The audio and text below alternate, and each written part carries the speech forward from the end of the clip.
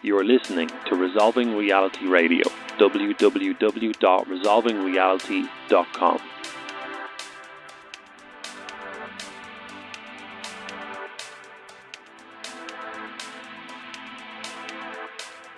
Welcome to Resolving Reality Radio. This is your host Emmett, the creator of the website www.resolvingreality.com. Resolving Reality is an independent Irish media platform that features opinions and topics not covered in the mainstream media, including the alternative, the politically incorrect, the undiscovered and the ignored. You can find Resolving Reality on Facebook, YouTube and SoundCloud, and you can follow Resolving Reality on Twitter @ResolvingOr, both capital R's. You can find links to those profiles on our website, resolvingreality.com. The icons are at the bottom of each page. Please like, follow, share and subscribe. In this episode of Resolving Reality Radio, I'm speaking to Dr. David Evans, a modeller, a mathematician, who earned 6 university degrees in mathematics and engineering over 10 years, including a PhD from Stanford University in electrical engineering. David consulted full-time for the Australian Greenhouse Office from 1999 to 2005, and part-time for the Department of Environment from 2008 to 2010. He was the lead modeller in developing FullCAM, the world's leading carbon accounting model that Australia uses for analysing the carbon in Australia's biosphere for the Kyoto Protocol. The website is www.sciencespeak.com. The email contact is david.evans@sciencespeak.com. Stay tuned to Resolving Reality Radio. Dr. Evans, welcome to the show. Hello, Emmett. Great, thanks for being here. For the listeners, check out David's website, it's sciencespeak.com. And our topic of discussion today is climate change, formerly known as global warming. But before we get into this, let's just start with your story first, David. Can you tell us a little bit about your academic background and your qualifications, please? Well, Emmett, I did 6 university degrees kind of by accident. I did them over 10 years, so it was pretty quick. That includes a PhD at Stanford University in California. And then I worked for a while in Silicon Valley. So I'm very used to modeling and mathematics. All those degrees are in engineering and mathematics. And at one stage, I worked for the Australian Greenhouse Office. Now, the Greenhouse Office was charged with working out the amount of carbon emitted by Australia for the Kyoto Protocol, which was a treaty signed back in the last century. And we had to work out how much carbon there was in Australia's biosphere, so we developed a lot of models for that. So I spent several years on the carbon gravy train. I got to see it from the inside and recognised that there was a great deal of money and power at stake here and was being given away. I left that job for reasons that have nothing to do with my views of climate change, but people keep asking me about it, so I kept getting drawn back into the debate. I see. And so would you say it's fair to say that at one point you are a true believer even? I think like most people, Emmett, I assumed that what we were told was more or less right. I assumed that the climate scientists had got it right, and yes, carbon dioxide was in fact warming the planet dangerously, and we did have to do something about it. So for a while there, yes, I thought I was a part of the project to save the planet from being burnt up. Okay. Was there a particular point where you switched? You said you didn't leave that camp because of anything you discovered necessarily, but was there a particular point where you switched from being a warmist to more of a skeptic? Yeah, there was actually. When the ice core data came out, it was widely thought for a couple of decades, up till about 2003, that the ice cores in Antarctica, which showed how the carbon dioxide and the temperature varied over the last 500,000 years, it would show that every time carbon dioxide went up, temperature went up shortly afterwards. And this was the point of Al Gore's movie. That was the only evidence in Al Gore's movie. He was trying to suggest that. But in fact, by 2003, it had become clear beyond contradiction that the ice core records were in fact showing that temperature went up first and then carbon dioxide went up later. And the reason for that was that if you heat the oceans, more of the gas in the oceans is released into the atmosphere. So there's a lot of carbon dioxide in the ocean, and a bit more goes into the atmosphere. So the causal relationship was the other way around. And that was a major slap in the face. And I thought, gee, something's going on here. I didn't say much about it to my co-workers at the time. It wasn't really what we were up to. But it did make me sit up and take notice for the first time about what the actual evidence was that carbon dioxide is dangerously warming the planet. Wow, that's fascinating. Yeah, you're right. It wouldn't have been appropriate to say, hang on a second, this doesn't really add up here. But before we get into that end of it, which you'll definitely come back to later, let's talk about the current state of the climate change debate here, David. And what's the official consensus on climate change, and what is the debate over exactly? Well, this is an important point that is obscured in the media. Basically, there is a climate debate, certainly among scientists, and it spills over a little into politics. And there's basically currently an intellectual standoff. It's not resolved one way or another. Now, the point at issue is the carbon dioxide theory of global warming, which obviously says that carbon dioxide, rising levels thereof, are the main reason that we've been having global warming for the last 50 or 100 years. Now, it's a fact that there has been global warming. We can measure it. The carbon dioxide theory says it's been due to carbon dioxide, and that furthermore, if we continue pumping up the levels of carbon dioxide, we're going to get quite dangerous levels of global warming in the next century or so. Now, the problem is there are two camps. Now, most climate skeptics do their due diligence and simply point to a whole bunch of empirical evidence that says the climate models are wrong. The climate models are all based on the carbon dioxide theory, and they get it wrong in several important aspects. Let's not bother going into it just now. So the climate skeptics just look at the evidence and say, doesn't match the models, therefore the models are wrong, theory is probably wrong too. But that's not the end of the story, because the warmists, those who agree with the carbon dioxide theory, insist that their climate models are in fact correct because they are based on well-established physics. And they point out that empirical evidence about climate is always a bit suspect. See, Emmett, if you're going to gather information about the climate and measure it, you have to deploy instruments out in the field on a global scale for decades because you're looking for small changes in temperature, water vapor, all that sort of stuff. But the problem is that the instruments degrade over time, they rust, they get out of calibration, stuff happens.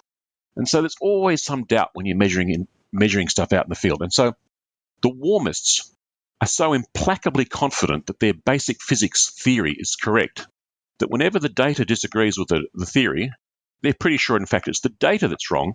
And you've probably heard in the media or whispered around the place that the climate scientists often adjust data sets to bring them more into line with the theory and what they were expecting. And that's pretty much where the debate rests at the moment.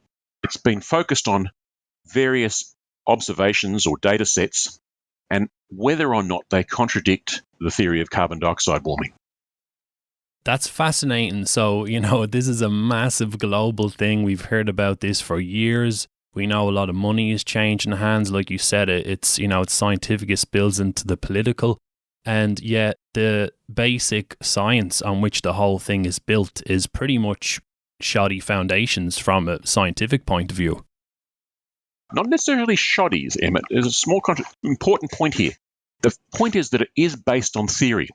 There's no empirical evidence to back the carbon dioxide theory. In fact, there's a fair bit of empirical evidence that says the models are wrong. The skeptics are quite right about that. There is quite a lot of evidence that says it's wrong. Now, the climate warmists will just wave that away and say, oh, their problem's just in the data. And they point out, look, the physics itself is replicated. It's tested in laboratories. Much of it is used in other branches of science. People have been looking at this for decades. The physics that goes into the climate models is correct. Now, here's the problem, Emmett. It's possible for the observations and the physics to both be correct. The thing that people have been overlooking is that there's a possibility that there's a mistake in the modelling, the way the physics is put together to create the climate models.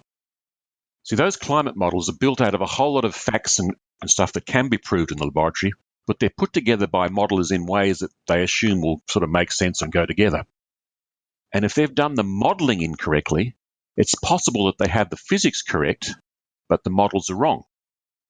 So it may well be that the physics of climate change is correct, but the modelling is where the error is. That can explain then, like you were saying, that, how there's a split in the camps and how it's so believable and that people are getting on board with it 100% because there obviously is a certain amount of truth there. Like you're saying, the difference between the physics and the models. So those who are 100% on board with the climate change movement aren't taking the modelling factor into consideration, as you just pointed out. That's correct. And therein lies the way of reconciling the observations with the theory. And I should point out, in the history of science, Emmett, there have been numerous cases where theory has flagrantly disagreed with observations for years and years. And nearly every time it worked out that the theory was wrong and the observations were correct. Science nearly always ends up agreeing with the empiricists. Richard Feynman is a famous American scientist who died recently. He famously said, "It doesn't matter how beautiful your theory is, and it doesn't matter how smart you are. If it doesn't agree with experiment, it's wrong." And I think that's what we've got here in the climate case. We got climate models being put together from the 1960s onwards. The initial modelling was fairly hairy and I don't want to say shoddy, but there were a lot of assumptions made. They sort of got baked in the cake and built into the way people look at climate science. And they're the models we're using today. And if there was a mistake in the modelling made back in the 1960s, that would account for the fact that the climate models don't work. Before we get into carbon dioxide itself and examine that for a moment, in talking about the whole movement as a whole, I mean, this is a massive thing. There's a lot of money being spent on it. There's a lot of political pressures on countries to kind of go green, quote unquote. I've heard of the initiatives with wind turbines and solar panels. So this is a massive, massive movement. Yeah. My wife runs a full-time climate blog. It's one of the bigger blogs in the world. It's called joannenova.com.au. And Joanne's been researching the money behind climate science on and off now for about 10 years. She reckons that currently about $500 billion are spent every year on reducing emissions, or basically in the climate change area. Most of that money is spent, as you mentioned, on wind turbines and solar panels. But that's having an effect on everyday people now. I mean, I know it happens in Australia and in the United States and Britain, and it probably happens in Ireland too, but you might have noticed that your electricity prices have gone up quite a lot in the last decade. And that's deliberate policy. The policy behind reducing emissions is to make electricity more expensive for two reasons. First of all, because cheap electricity comes from coal, and they want to stop burning coal. And secondly, by putting up the price of electricity, it makes sources from renewable sources like wind turbines and solar panels price competitive. If you triple the price of electricity from what it was, say, 10 years ago, solar panels and wind turbines start to become economic, kind of, although it'll probably have to go up a fair bit more first. So one aspect of this theory that hits everyone is that the price of everything in the economy goes up because our electricity costs 3-5 times as much as it did 1 or 2 decades ago. And that's a deliberate result of policy changes on the back of this theory. Well, let's get into, everything I know we've talked about so far, and even the official narrative about climate change involves CO2 itself. And I suppose many people have a habit of oversimplifying things, and CO2, carbon dioxide, has become the bad guy. But this is something that's, it's crucial for the ecosystem. It affects agriculture. I mean, it's not so simple as this is a bad gas that we need to do away with. Oh, the simplification's enormous. Al Gore presents the climate theory, the way the greenhouse effect is working is just, carbon dioxide's in the atmosphere and it traps heat. So if we have more carbon dioxide, it traps more heat. But then he doesn't ask the next question, where does the heat go? And therein lies the problem with the climate models, but that's a slightly different story. And the next stage in simplification was simply to demonize carbon dioxide. So the message that the media, the mainstream media, with the help of the bureaucracy and the academics, has been putting out for the last decade or more is that carbon dioxide is bad. Now, I once used to believe that, and I was in Australia's team that used to track how much carbon dioxide we were putting into the atmosphere. But carbon dioxide is a very important gas for life on the planet. Carbon dioxide, for instance, is the thing that plants pull out of the air to grow. About 45% of the dry weight of any plant on the planet is carbon, which the plants got by taking carbon dioxide out of the atmosphere. People think plants need water, but there's one thing they need even more, access to carbon dioxide in the atmosphere, because they use that carbon in the carbon dioxide to build their structure. And they use photosynthesis to pull apart the carbon dioxide. They throw away the oxygen back into the atmosphere, which we later breathe, and they keep the carbon, which they use to build structure in the plant. So if you lower the carbon dioxide content of the atmosphere below a certain point, which is only about half of what it is at the moment, pretty much all the plants on the planet starve. They just die. So you can't lower carbon dioxide too much. Conversely, as we increase the carbon dioxide content of the atmosphere, plants love it. They grow faster. In fact, commercial, people who grow tomatoes and stuff in greenhouses, those guys deliberately pump up the level of carbon dioxide in the greenhouses to about double or triple what it is in the atmosphere outside, specifically just to get the plants growing faster. So plants love carbon dioxide. We do the opposite to plants. We eat animals and plants that have carbon in them.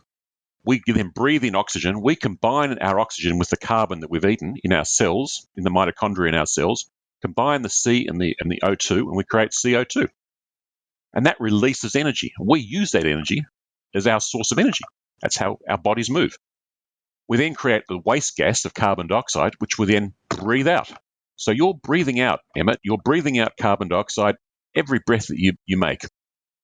And that carbon dioxide is then eaten up by the plants again, where they strip it out and release the oxygen, and they use the carbon. It just goes round and round in the circle.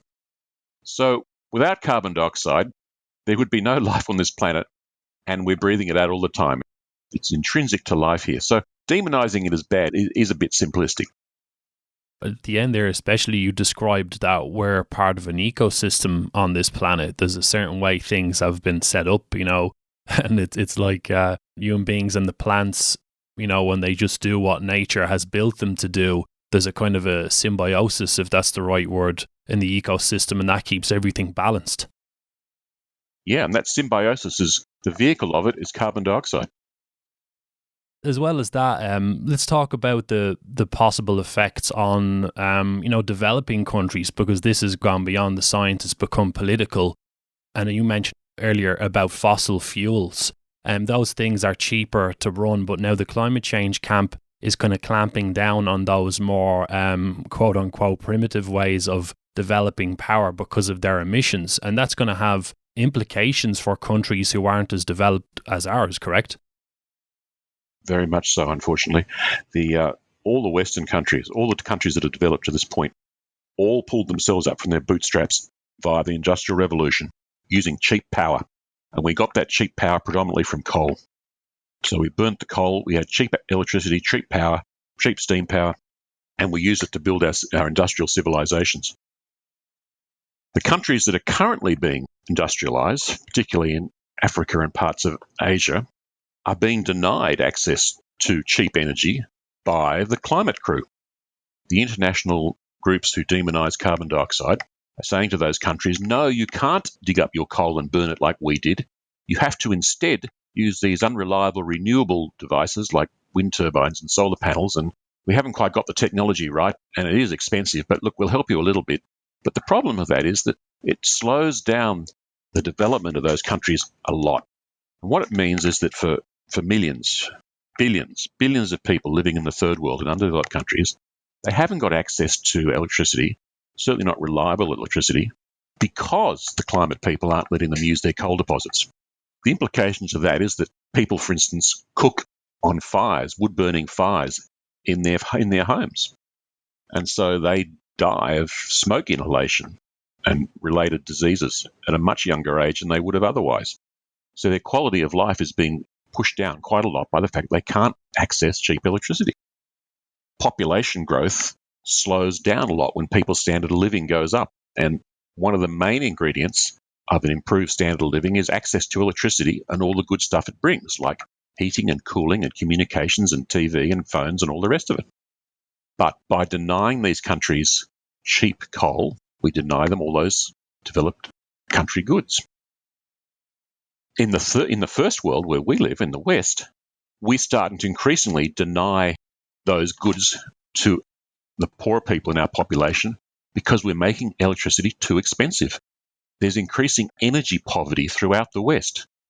A lot of people, particularly people who no longer work because they're too old, are running out of money to pay the bills. And they go cold. Or in Australia, they swelter.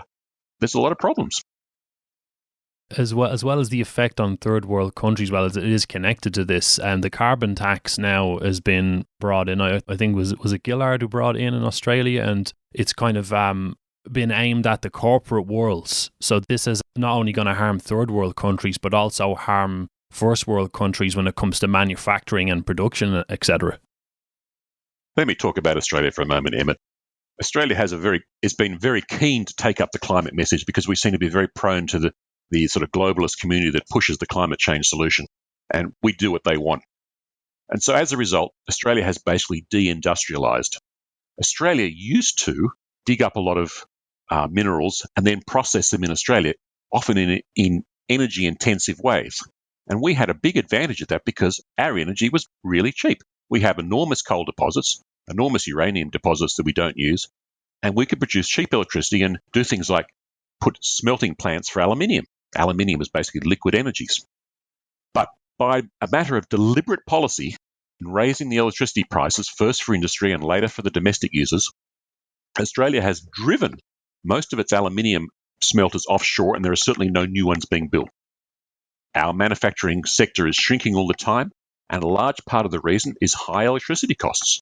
We already have generally higher labour costs, say, than our Asian competitors, but when we put an electricity costs that are 3 times as big as theirs as well, it just becomes hopeless.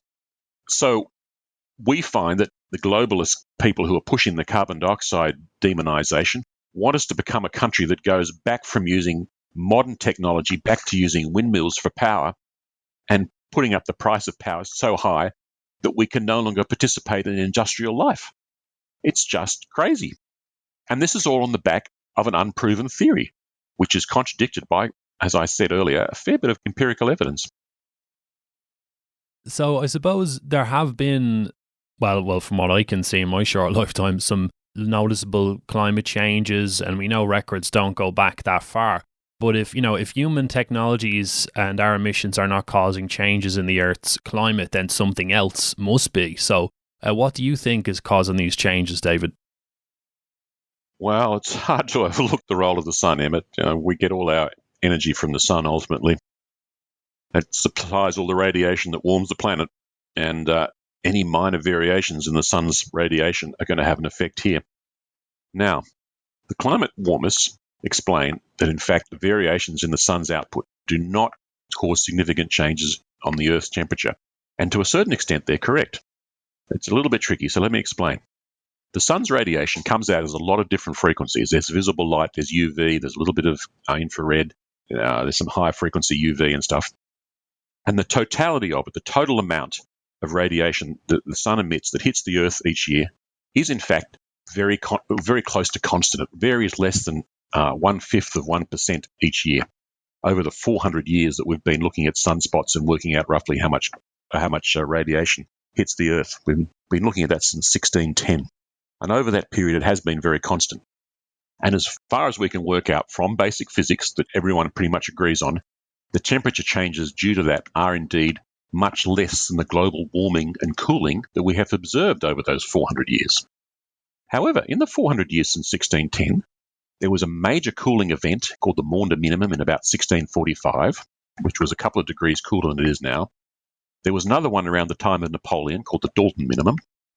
And the third time that the sun's total radiation turned down was in 2004. Now, I'll just take a moment to explain a little bit of research I did on the relationship between the sun and the Earth's temperature. Part of my training in Silicon Valley and Stanford University was in what's called frequency domain mathematics. And this is the sort of mathematics and technology that we use to organize telecommunications, such as your smartphone. That's all based on this sort of stuff. Climate scientists haven't got a clue. They've never heard of it. So what I decided to do was apply this sort of technology or this sort of mathematical analysis to the relationship between the sun's solar output and the temperatures here on Earth as best we could from the records we've got going back for the last 400 years, and in some cases by proxy records back 10,000 years, and in a fair bit of detail the satellite records since 1979. So we got all this data and we applied these records in the frequency domain, and we discovered something very interesting that no one had known about. There was, in fact, a notch at a certain frequencies corresponding to the solar period of about 11 years. There's a solar cycle which is around about 11 years long. Now, no one had known about that, but one of the implications, a leading implication, a possibility of that notch, is that there is a small delay in transmitting changes due to the sun's output to the Earth. And that delay will be about one solar cycle, or about 11 years. So if the solar output of the sun started going in 2004, a solar cycle adds 11 years. But the current solar cycle, now solar cycles vary a bit in length, though the solar cycle that's just finished was around about 13 years long. So add 13 years to 2004, you get 2017. So about 5 years ago, we predicted that the Earth temperature would take a bit of a downturn due to this pattern we'd observed over the last 400 years in the frequency domain. Take a bit of a downturn in around about 2017. And we further predicted that the 2020s would be cooler than the 1980s. How's that going? Well, the temperature peaked in 2016. And since then, we've had, according to the satellites, we've had the biggest fall in the Earth's global temperature in recorded history, which isn't saying a great deal, actually, Emmett, because the recorded history only goes back reliably to the start of satellites in about 1979 and maybe using the land thermometers to about 1950. But the point is, we have had a large fall in the temperature, and it has been about on time. It is, although it's part of what's called the La Nina-El Nino cycle, a lot of it is unexplained. So the so-called notch delay theory that we have is up in the air. It may well be correct. But to answer your original question, Emmett, yeah, look, we're pretty sure it's something to do with the sun. We get all our energy from the sun. And although the total amount of energy from the sun is fairly constant, the content of it varies a lot. For instance, some parts of the solar cycle, and in some solar cycles but not others, there's a lot more energy in UV or in electrical particles that are thrown off by the sun and affect the Earth. Now, the Earth has an ionosphere, an outer area that's quite electrically charged. There's all sorts of ways of affecting it. In quite small amounts of energy in those high-frequency bands or the electrical phenomena can affect that quite a lot. And there's quite serious theories about how those effects in the ionosphere or the upper atmosphere can affect the way that the ozone in the equator and the poles can vary in height a little bit, which affects the way the tropopause works, which affects the direction of the jet streams, which affects the amount of clouds, and clouds reflect sunlight, and so on and so forth. So it's plausible, this whole theory is quite plausible, that the sun is controlling our climate, not through the total amount of radiation, which is all that the warmest climate scientists will consider, but controlling our climate through the quality of the radiation, which in turn affects our cloud levels. Clouds are awfully important. Clouds and ice between them reflect about 30% of the incoming solar radiation right back out to space, so it never even warms the planet. So about 30% of the light, the heat coming from the sun, just bounces off the clouds and the ice and so on, straight back out to space. But if you change that 30%, say, to about 29.5%, you account for all the global warming we've seen in the last 100 years. So it only takes very small changes in the what's called the albedo, the percentage reflected of light, to account for global warming and global cooling. Now, remember I told you a few moments ago that there were 3 incidences of solar downturns in the last 400 years of records. The first 2 led to major cooling events. They had the Maunder minimum in 1645. You had Napoleon's Dalton minimum. We think now that this solar downturn that started in 2004 will affect temperatures from about 2017 onwards, and we may in fact see the next decade or 2 as quite cool. We think that might finally put an end to the whole carbon dioxide theory of global warming. We're hopeful. That sounds like, this is probably an obvious point here, that if they spent as much time studying the sun's effect on the Earth as they did focusing on the official narrative, then what you're talking about, the notch delay solar theory, is just as plausible as the ones in the official narrative. I think it is, Emmett. You touched on an interesting point. The way the politics of climate change, climate sciences works, not only do climate scientists not look at solar effects, they're actively discouraged from looking at solar effects, and it's career death for any climate scientist to seriously investigate the effect of the sun on the Earth's temperatures. Well, this really is nuts. Well, to carry on with that point, then, will we get into some of the organisations involved in the climate change agenda and who benefits from it? Because, in my research for this interview, I think I found 6 in Ireland. This is little Ireland, with all the problems we have here, like homelessness, housing problems with the management of hospitals, long delays in hospital waiting lists for hospital beds, etc., etc. So we've got real problems here, and yet I know there's a lot of money being pumped into the climate change agenda here too. And I mean, the whole island has a population of 6.5 million people, including the north. So why is it that there is this huge international movement of politicians and academics that support the official climate change narrative? And are they kind of, like you said, they're probably ignoring the actual data that contradicts the official story? They're discouraged from looking at the implications or the effects of the sun on the earth. And the media and academia have obviously played a role in this. So why do they ignore or dismiss contradictory points of view, do you think? Oh, this is a complex question. It's funny, in Australia and in most Western countries, there are huge problems with debt as well, and there are problems with immigration. As you say, there are all sorts of other problems. And then there's always, but look, the greatest problem we face is climate change. And you go, well, we haven't seen much of a problem so far. It's not exactly much warmer around here. I mean, there's been a little bit of climate change. Just to put it in context, the amount of global warming that's thought to have occurred since 1900 is about 0.8 of a degree Celsius. I don't know about you, but if the average temperature goes up 0.8 degrees, you'd scarcely notice it. All right, so it might go up a couple more degrees, and that would get serious. All right, so again, we get back to the problem of, well, you've got a theory, but there's no evidence. And in fact, there's a fair bit of evidence that kind of contradicts your theory. Aren't we going to resolve that first? No. Climate change is our biggest problem, and we're going to concentrate on that. All right, so you get a suspicious mind and you go, well, why? Now, I was on the climate change gravy train. I got paid a fair bit for doing, well, it was a reasonable job, but I got the feeling that everyone was overpaid. And certainly there are a lot of bozos around me who knew very little, but were on the climate change gravy train, and it was just great for everyone involved. And there's an awful lot of money being sent off to people who organise renewable power and all that good stuff. So we also notice that if anyone pipes up and points out that the empirical evidence isn't exactly supporting the theory, they get shouted down. But when we look at the names and the letters to the newspaper and the people who are shouting us down, often they have links to renewables companies. They're CEOs of some renewable company, or they're a big shareholder in this or that, or there's some mover and shaker in the whole renewables world. The renewables world is a great source of government largesse. There's huge amounts of public money being spent on building wind turbines to save the planet, solar panels to save the planet. But the money ends up in someone's pocket. And so those people are, of course, fighting vigorously that the theory be, well and truly observed. But there's a much bigger thing at stake here, I think. You see, the essence of climate change is that the sky belongs to everyone. The carbon dioxide up there affects everyone equally. Because once you release carbon dioxide, it just spreads out in the atmosphere just like a gas, right? It is a gas, right? So it's all over the place.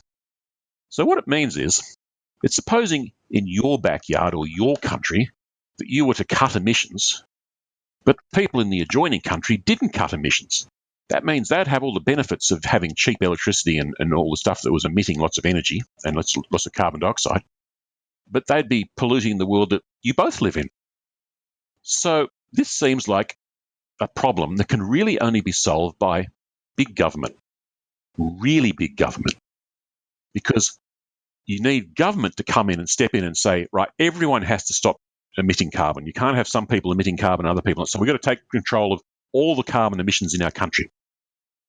But then we have to do it on a worldwide scale, because you can't have some countries emitting carbon and getting a big economic advantage, and other countries doing the hard work and making the sacrifices to reduce their carbon emissions. So therefore, we need some sort of global mechanism. And you can see where that's leading. In fact, just run a bit of history by Emmett. This is pretty recent history. This is 2009. There was a big international climate conference in Copenhagen, and all the world's presidents and prime ministers went there, basically. And the idea was to sign up to the Copenhagen Treaty. And this treaty, which was spilled out onto the web about a month beforehand, was going to create the obvious thing. It was going to create some body, some international body, was not going to be elected, was some UN type thing, and it would have the power to prevent countries from emitting more than a certain amount of carbon dioxide, which means that they have the power to interfere on the internal mechanisms of a country, which means that effectively each country is giving up a great deal of sovereignty. Now, as it happens, the Chinese government withdrew first and said, look, this is nonsense, we're not going to sign up to this. And then suddenly lots of other people withdrew too, and the treaty was never signed. But it came pretty close. All those prime ministers and presidents went to Copenhagen with the intent, most of them went there with the intent of signing up to that treaty. That was certainly true of the Australian government. We would have signed away our sovereignty. We'd have let some UN organisation tell us how much carbon dioxide we could emit and what penalties would apply if we emitted too much or something like that. And, I was thinking about it, Emmett. Our media, our press, these hard-bitten journalists, they're onto things. They're very sceptical, and they'd be onto this in a flash. And they usually really care about changes in power. The two really big changes of sovereignty issues are wars and elections. One changes power and one changes sovereignty. And yet here it was, the event in all of human history that would have given away more sovereignty in the stroke of a pen than any other preceding event. And they were completely quiet about it. No one mentioned it. It was just like, oh yeah, this is what we should do. Yeah, it's cool. Yeah, we need to do this for the sake of humanity and the planet and so on. So I scratched my head a little bit and thought about it. Who really benefits from this? And obviously the beneficiaries are the people who get to be in charge of this international organisation that probably accretes more and more power as it tells people what they can and cannot do. And these people are unelected, they're bureaucrats, they're sort of that globalist class of people who I dare say live in places like Brussels, although I don't want to talk about Irish politics. They would have been helping themselves to an enormous amount of power at the expense of the rest of us. And they probably would have taken a great deal of money to go with it. And everyone who agrees with big government solutions to everything all thought this was a rather fine idea. And I suppose all the Greens and so on people, the green organisations all get paid lots of money by government nowadays.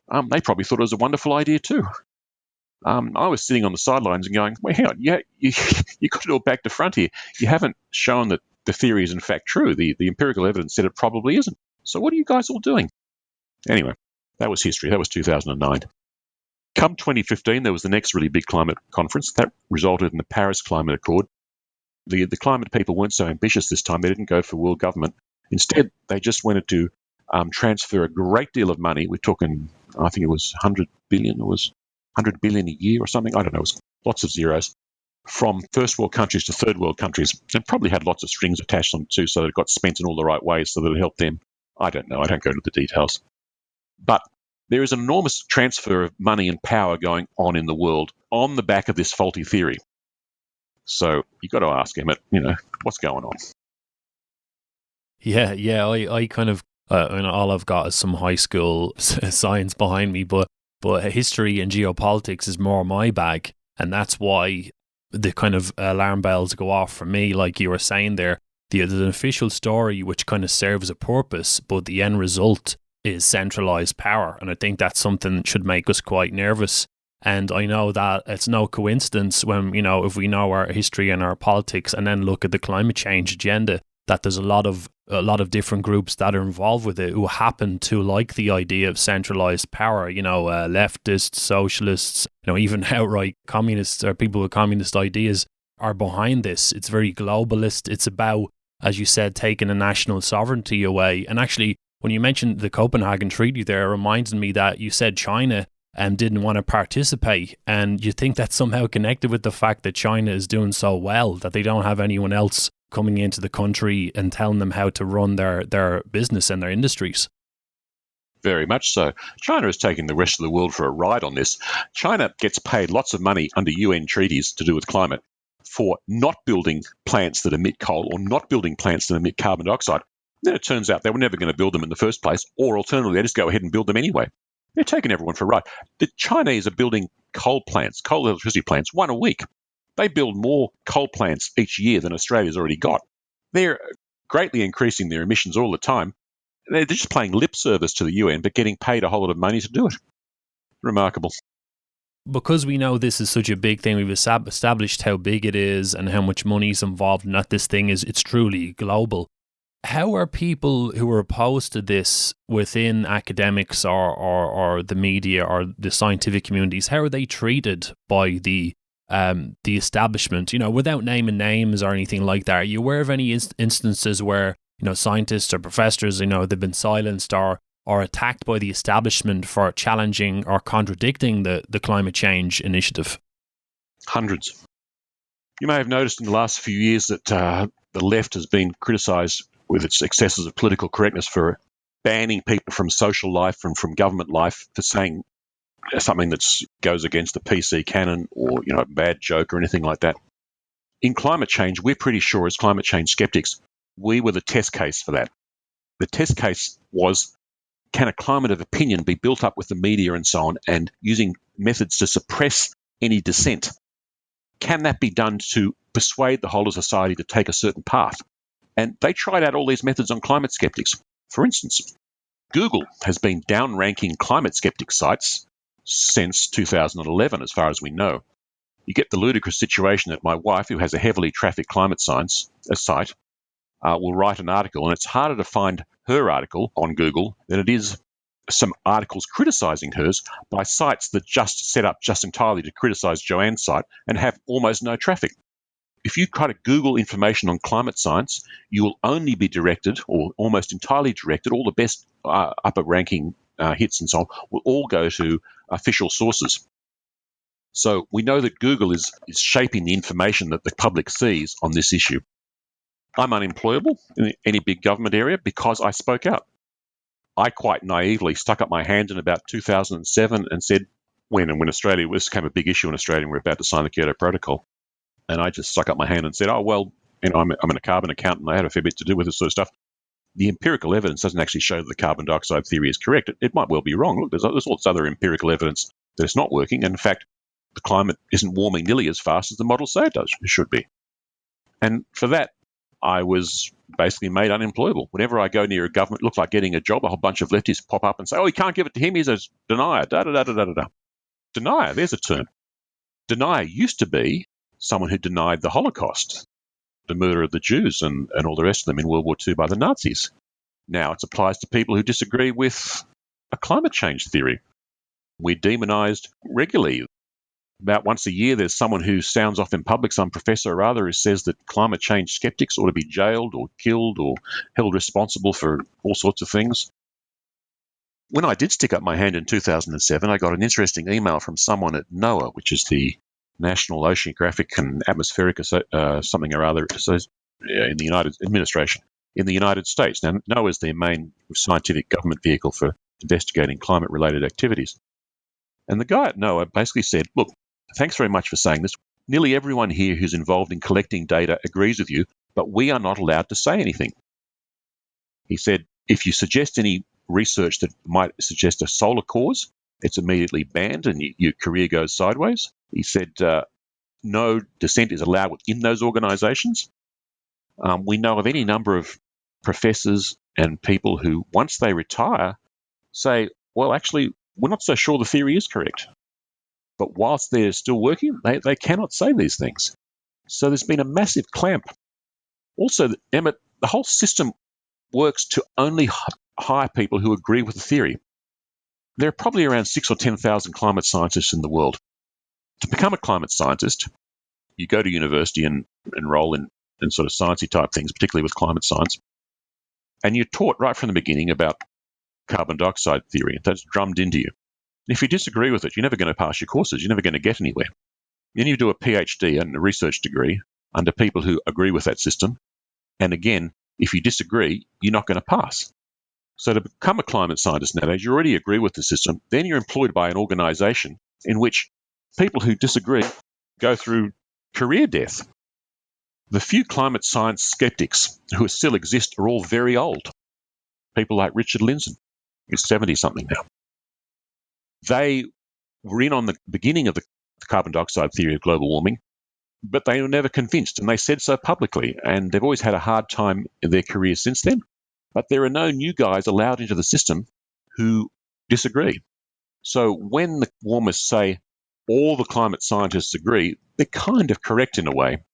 But that's because there's an institutional pressure, enormous institutional pressure to only hire people who agree with the theory.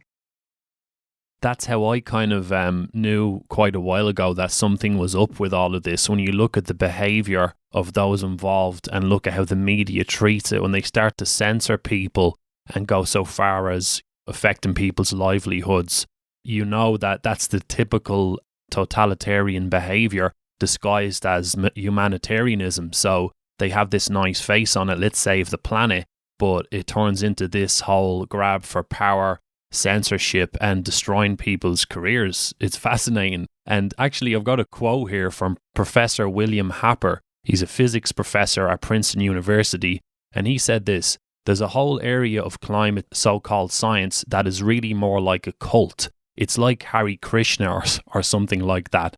They're glassy-eyed and they chant, it will potentially harm the image of all science. And then after that, in an interview, he apologised to the Hare Krishnas. So there are some, but like you said, this guy he's much older. He's at the end of his career. I kind of got the impression he doesn't really give a shit.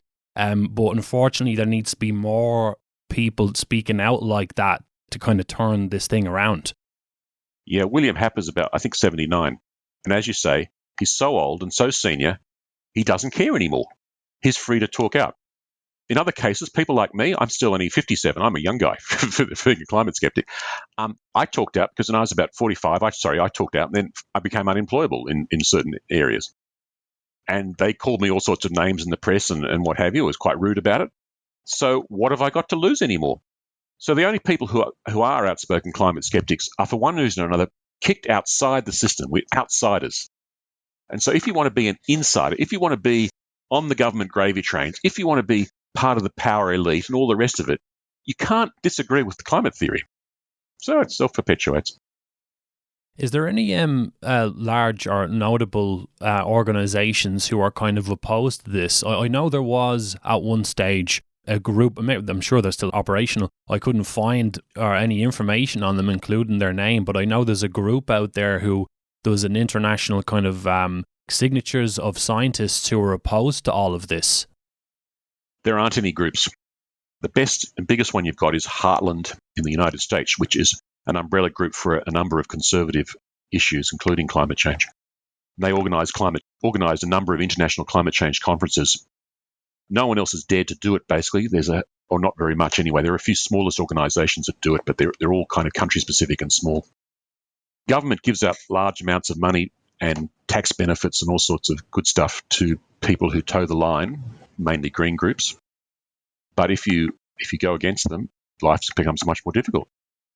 Now, those groups of signatures and so on, they're organised spontaneously. There is a world of skeptics, climate skeptics, prominent climate skeptics. We use the web. The web is not closed off to us yet. We have blogs, we have email. Climate skeptics rule the internet, by the way. In fact, it's sort of interesting. Climate change was the first issue that was really impacted heavily by the internet. You see, prior to the internet, the mass media pretty much had a monopoly on the distribution of high-quality information. So when the media is telling you at all levels that, in fact, carbon dioxide is a major pollutant and a real problem, and we better do something about it, everyone kind of goes, oh, okay, I suppose so, all right. But on climate change, this was becoming an issue. For instance, Al Gore's movie was in 2005, shortly after the internet took off. And so people passed around a lot of this empirical evidence that was going the other way and said, no, this isn't a problem at all. So about half people in the West, when interviewed, will tell you that they don't believe in climate change or they think it's much exaggerated. And the reason for that is the internet has been able to spread this stuff. Now, there is a sort of informal groups of skeptics operating through the blogs who will get together and sign stuff or push government or write documents when asked, explaining what the problems are with the climate dioxide theory and so on. We do that, but there's no organisation, there's no money, it's all done on donations. If you want to donate to Emmett, if you want to donate to us, go to my wife's blog at joannenova.com.au. The future of climate science, what's going to happen? Two things. First of all, the notch delay theory is more likely correct than not. So you'll probably find that climate change ends of its own natural accord over the next decade or two and the temperatures go down. That'll be disguised because the people who gather the data at the moment are so convinced that global warming is occurring, they'll probably adjust the data. That's a different story. The second thing that happens is the theory is just a theory. There's an error in there somewhere, and someone will find it. And at some stage, that error will be publicized. And at that point, there'll be a problem. Right, so the solution, as with all things involving chaos and a bit of deception even, is just kind of speaking the truth. I suppose that's the solution going forward, is using the internet, like you say, speaking the alternative viewpoint on this and just keep pumping it out there, and hopefully something will change eventually. But some truths, Emmett, are politically unacceptable, aren't they? I mean, there's an enormous amount of political capital and prestige riding on the ruling class's acceptance of the carbon dioxide theory. So if it turns out there's a rolled gold proof that the carbon dioxide theory made a mistake back in the 1960s and the modelling is all wrong, what do you suppose they're going to do? Are they going to just go, oh, sorry, we made a terrible mistake, let's reverse this? Or are they going to suppress it? Yeah, no surprise there. That's basically how they roll. As well as that, they also, we can tell, like I said, about the MO of the control freak types we have running things. They have catchphrases. So, climate change denial is another little catchphrase that it's this little quick kind of packaged phrase that catches on. And when you disagree with the official narrative, they just slap you with that label and they encourage other people to laugh at you. It's a very effective way of shutting down debate on the subject. Yeah, there really isn't any sensible debate. I mean, what I told you, for instance, in the beginning of this interview about the state of the debate, I've never heard that on a mainstream media source. Nothing as sensible as that. It's like, well, this is where we are. You never hear that. To conclude then, David, is there anything else coming up for you? Are you just going to keep putting your information out there and, perhaps maybe, building up the website, things like that? What plans do you have going forward? Well, Emmett, I'm a modeller, and this climate debate has all been about modelling. And there's a mistake in the models. We know that because the empirical evidence indicates that. So when I find the mistake, I'll publicise it shortly afterwards. Excellent. Well, thanks a lot, David. It's been great hearing more detail about this, and so refreshing to have a different viewpoint from what we're told through the mainstream media. For the listeners, the website is sciencespeak.com. Some great articles up there and more details about the stuff we've talked about. So thanks again, Dr. David Evans, for the interview. It's been a real pleasure. Thank you, Emmett. There you go. That was my conversation on climate change with Dr. David Evans, a modeller, mathematician and former consultant for the Australian Greenhouse Office and Department of Climate Change. Check out David's website, www.sciencespeak.com. Some really detailed information up there about everything we discussed on the climate change movement. Resolving Reality Radio, an Irish podcast challenging your perceptions of the biggest issues in the world today.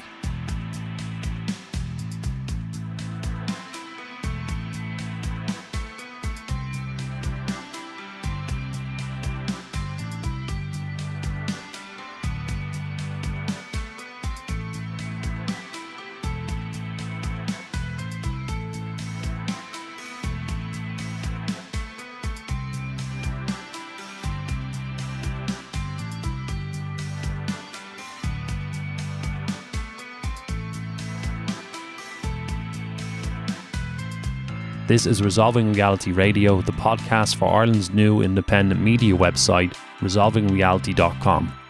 You can find all the social media links there, so please like, follow, share and subscribe, or send us a message via the contact page. Thanks for listening to Resolving Reality Radio. Until next time.